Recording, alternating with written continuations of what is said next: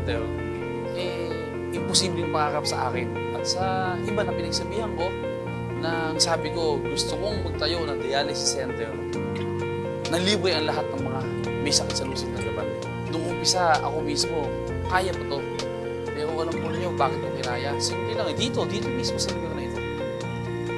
Nakupo ako dito, may lumapit sa akin. Hindi ko makakalimutan yun. Minamanas ang buo niyang katawan. Tinanong ko siya, ba't minamanas ang katawan mo? Anong sakit mo? Ang sabi niya sa akin, Mayo Emeng, humihingi po ko sa inyong pambili ng gamot sapagkat ako po ay dapat i-dialysis. Dapat, 3 beses sa linggo i-dialysis siya. Pero ano nangyari? Huling dialysis niya ng 1 buwan pa. Bakit? Kasi po, wala silang pera. Para pong kinugot ang puso ko. Sabi ko nga, ano ba pagkakaiba ng mahirap sa mayaman? Lahat po tayo, anak ng Diyos. Lahat tayo may karapatang magpagamot. Bilang mayor ng Gaban, hindi po kaya ng konsensya ko na may mukhang kawawa sa iba. Kaya ako po, ang ginawa ko, lahat ng magagawa ko, ginawa ko para magawa ng dialysis center. Ang kaibahan lang sa dialysis center nito, bukod po sa libre, walang bayad, mayroong pang 500 piso ang magpapadialysis. Pagpagamot sa kayo.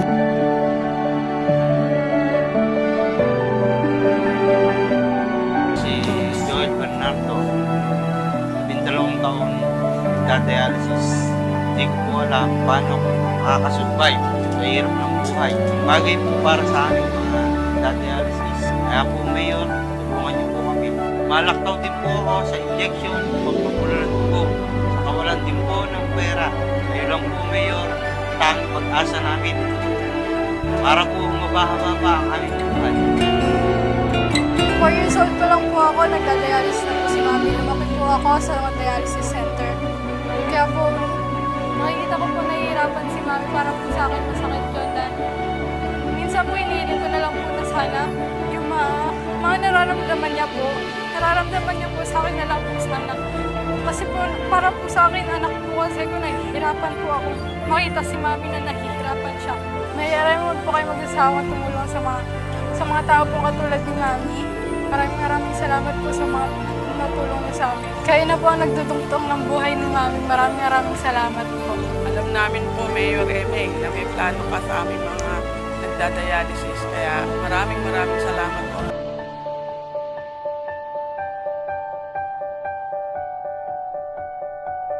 Talbos at pabili lang po ako sa sardinas. Nasagat po kanina sa dialysis. Naubos po yung pera namin. Buti nga po, nagbigay po si Mayor kanina eh. Sa Sabado po, sabi ng tubo yung sawa.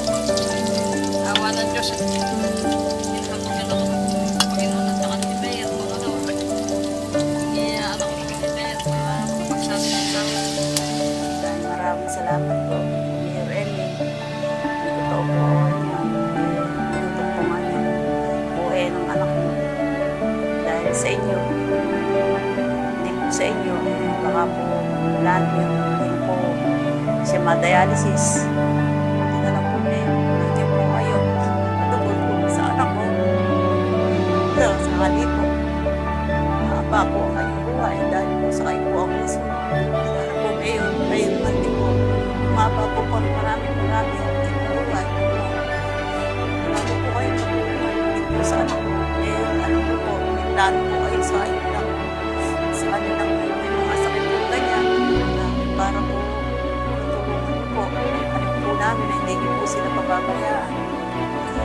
Mayor, kayo lang po ang tangi po nilang pag-asa na hihingan po ng tulong.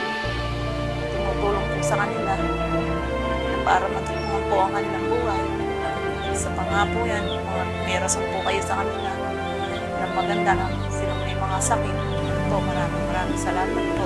Mayor, maraming salamat po. Nakarawas po ako ng pagdadialysis po. Bagsak po ang hemoglobin ko pero hindi po sa inyo, hindi po ako masasalina ng dugo. Isang lapit lang po ng asawa ko, bigay po kayo kaagad.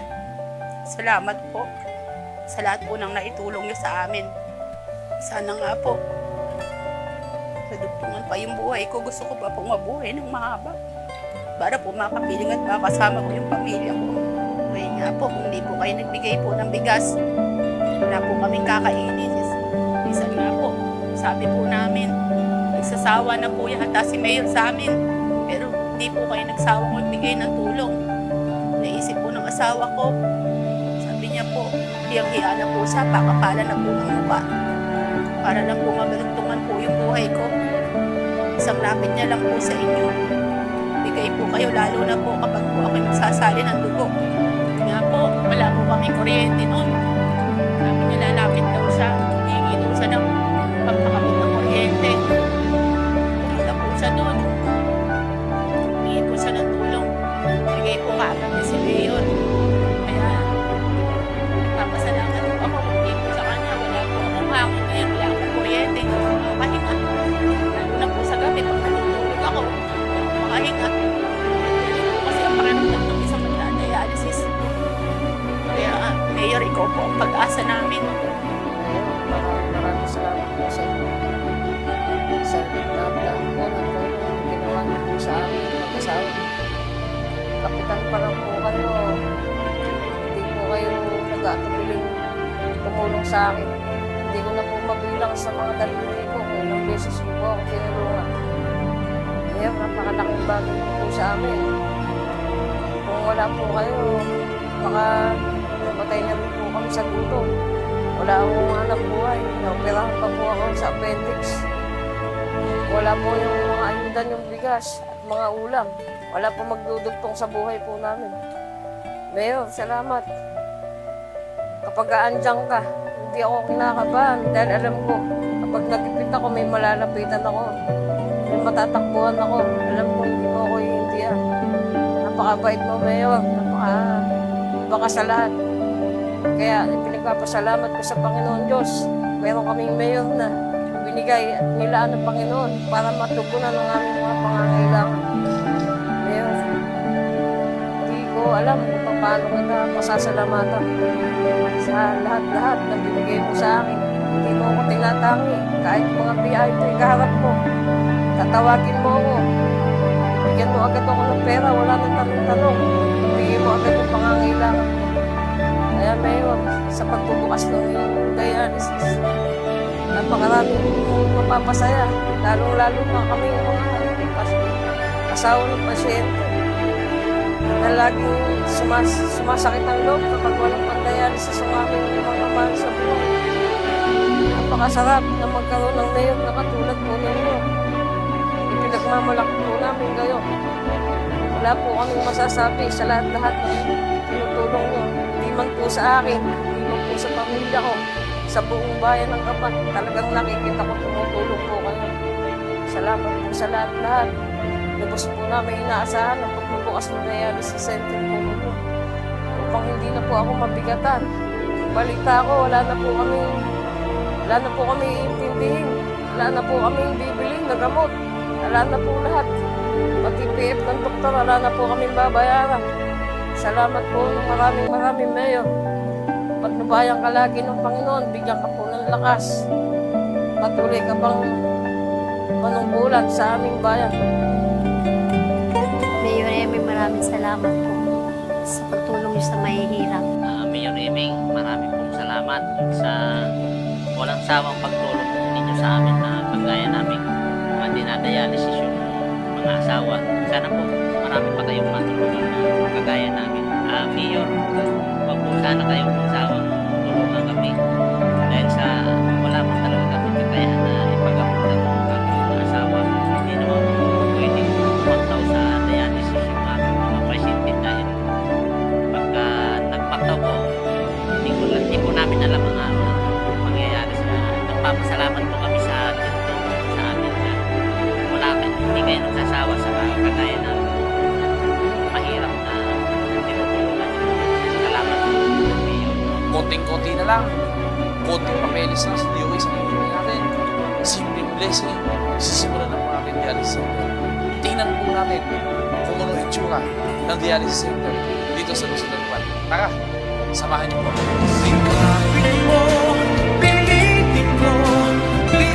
Guys, inspeksyonin natin yung pinagmamalaki natin dialysis center para sa mga taga-Luzon ng Gapan. Excited po kami nila Vice Mayor. Talagang hindi namin mahintayan dahil ito ay pakikinabangan ng mga tao sa Luzon ng Gapan. Ito Ito po, tingnan natin kung ano itsura. Ito yung pangalan. Ang pangalan po, Libreng Dialysis Center sa lungsod ng Gapan. Hindi na namin nilagay na may bayad. Ang babayaran, yung nagpapadialysis. Kaya baligtad po dito sa lungsod ng Gapan. Ganyan lang po kami dito. Lahat ng the best sa mga tao sa lungsod ng Gapan gusto namin ibigay. Bakit mukhang bahay ang pinagawa namin? Kasi gusto ko, relax po ang mga may sakit. Hindi po ang clinic. Pagpasok sa loob, papaliwanag namin sa inyo kung ano itsura sa loob, kung ano mangyayari sa loob. Halip po kayo dito. Pasok tayo.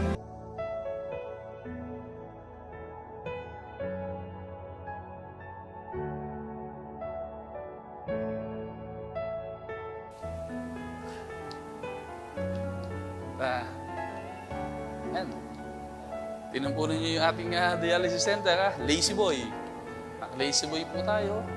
Brand new yung ating pong machine. Centralized air condition po tayo dito. Madami nga nagtatanong, ba't daw ganito kaganda yung pinagawa natin? Ang sagot, simple na sagot ko. Gusto ko, hindi mamumukhang kawawa yung mga kababayan natin, di ba pare? Kaya ngayon, yung mga taga-Japan, hindi na kailangan ng pera, hindi na kayo mamumutang pag magpapadialysis, hindi na kayo maghahanap ng pagsasamaan. Basta magpunta lang kayo dito, relax lang kayo. Pagkatapos, meron pa kayong 500 sa amin ni Vice. Ba't namin kayo bibigyan 500 piso? Para pag alis nyo dito, mamalengke kayo, manood kayo ng sine. Magkano isang manok kayo pare? 100 piso. O 100. Ang bigas ay 50 pesos, di 2 kilong bigas. Ang buong manok, 100 piso. May 300 pa sila, pambili ng tinapay, pambili ng panaman. Hindi po ba? May pampasalubong pa sa... May pampasalubong pa sa pamilya. Mayor, dati problema ng taga-Gapan yung pambayad sa pandialysis, tsaka pila-pila sila sa ibang lugar. Ngayon, nakita nyo, ang ganda na ng dialysis center natin. Ang problema nila ngayon ay yung pag-uwi nila ng bahay. Ano kaya yung problema nila na yun? Siyempre, bibigyan ni Mayor ng 500. Iniisip ng mga tao, nagpapadialysis, ano ba? Papasalubong nila sa aabutan nila sa bahay. Kaya pare, napakaswerte ng taga-lungsod Gapan. At lahat po ng mga pangailangan nila ay halos naibigay na po natin. Mapamahirap ka, mapamayaman, welcome kayo rito. Ano? Oo, pare, basta taga-Gapan, welcome dito. Isa lang ang requirements dito. Basta taga-Gapan ka, mahirap ka, mayaman ka, ano kulay mo sa politika, welcome ka dito. Ito po yung mga machine behind the scene ng dialysis center. Brand new lahat ito, bago po lahat. Ang tawag dito pare, ultra clear water. Ultra pure water po ito. Parang mas malinis pa ito sa mineral water. Kaya ito sa buhay ng dialysis center natin. Lahat po na ito, brand new, walang salita dito. Kaya yung mga mapapagamot, huwag kayong mag-alala. Kahit na mag-blackout, hindi po mahihinto yung dugo nun. Kasi dire-diretso po ito, automatic to. Walang tinipid sa dialysis center, wala. Yun po, nakita nyo na kung sabi nga, ang problema nyo dati, pampagamot. Ang problema nyo ngayon, paano nyo gagastahin? Pasalubong sa bahay, yung bayad sa inyong 500 piso, di ba? O sino to? Sino itong masipag na to? Ay, si Bukal, ano ginagawa mo dito? Kasi kuya, siyempre tumutulong na ako dito kasi baka tinatanong ng mga kadistrito, pwede ba ilibre mo na din yung mga kadistrito ko? Alam mo, Bukal, yung kadistrito natin, mahal din natin yan eh. Tingnan natin, pero sisiguruhin ko, yung talagang mahirap na kadistrito natin, kaya natin isingit dito dahil meron tayong 24 na machine. 24 machine po ito at kung kinakailangan magdagdag pa ako, paabutin ko ng 50 machine, gagawin po natin to. Okay? So sa ngayon, Bukal, talagang mahal mo ang kadistrito. Ang masasabi ko lang, yung munang mahirap na taga-distrito. Pero sa mga taga-Gapan po, mahirap o mayaman, kahit sino binoto mo, kahit anong ka pa, basta taga-Gapan ka, libre po dito. O sige, tuloy mo na paglilinis mo, na makumbinsi mo ako. Kailangan ito, malinis sa malinis, pagdating ng mga pasyente, wala silang masasabi. Okay.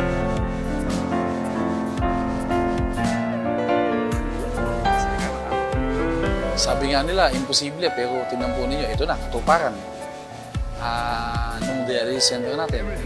Basta taga-Gapan, gusto ko po, maramdaman ninyo na may gobyerno kayong sinasandalan. Basta ako, ang pinapangako ko po sa inyo, hanggat ako ang mayor sa lungsod ng Gapan. walang magiging kawawa dito sa Gapan. Kasama po ninyo ako. Sa hirap at ginhawa, sa sakit at kalusugan, hindi ko po kayo iwanan. Basta taga-Gapan, gusto ko po maramdaman ninyo na may gobyerno kayong sinasandalan. Basta akong pinapangako po sa inyo hanggat ako ang mayor sa lungsod ng Gapan. Walang magiging dito sa Gapan. Kasama po ninyo. Sa hirap at ginhawa, sa sakit at kalusugan, hindi ko